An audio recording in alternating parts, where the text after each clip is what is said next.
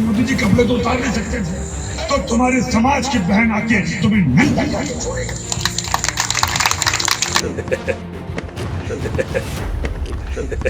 Colonel Sophia Qureshi यानी देश की सैनिक बेटी को एमपी के मंत्री विजय शाह ने आतंकियों की बहन बताया तो देश भर में बवाल मच गया। सवाल देश की सेना और सेना से जुड़ी बहादुर बेटी का था। मध्य प्रदेश हाईकोर्ट ने बीजेपी के मंत्री की इस जुबान को गटर करार दिया और 4 घंटे के अंदर एफआईआर दर्ज करने का आदेश।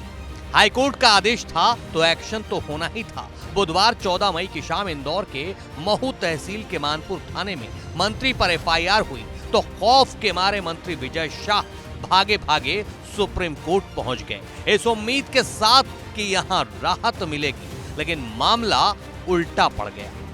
पहले तो सुप्रीम कोर्ट ने हाईकोर्ट के आदेश के बाद दर्ज एफआईआर पर रोक लगाने से साफ साफ इनकार कर दिया। उसके बाद विजय शाह को बुरी तरह फटकार लगाई।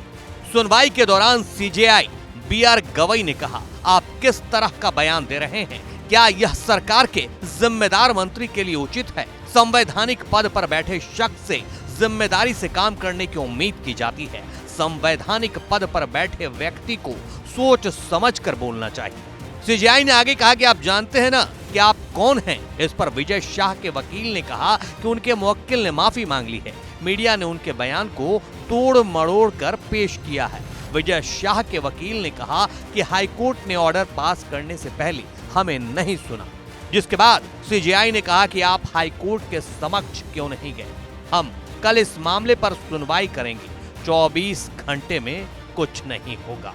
ये कहते हुए देश की सुप्रीम अदालत ने विजय शाह के खिलाफ एफआईआर पर रोक लगाने की मांग वाली याचिका पर रोक लगाने से इनकार कर दिया है। अब कल इस मामले में सुनवाई होगी और सीजेआई की फटकार के बाद तो ऐसा ही लगता है कि विजय शाह को यहां से कोई राहत मिलेगी, इसके आसार कम ही हैं।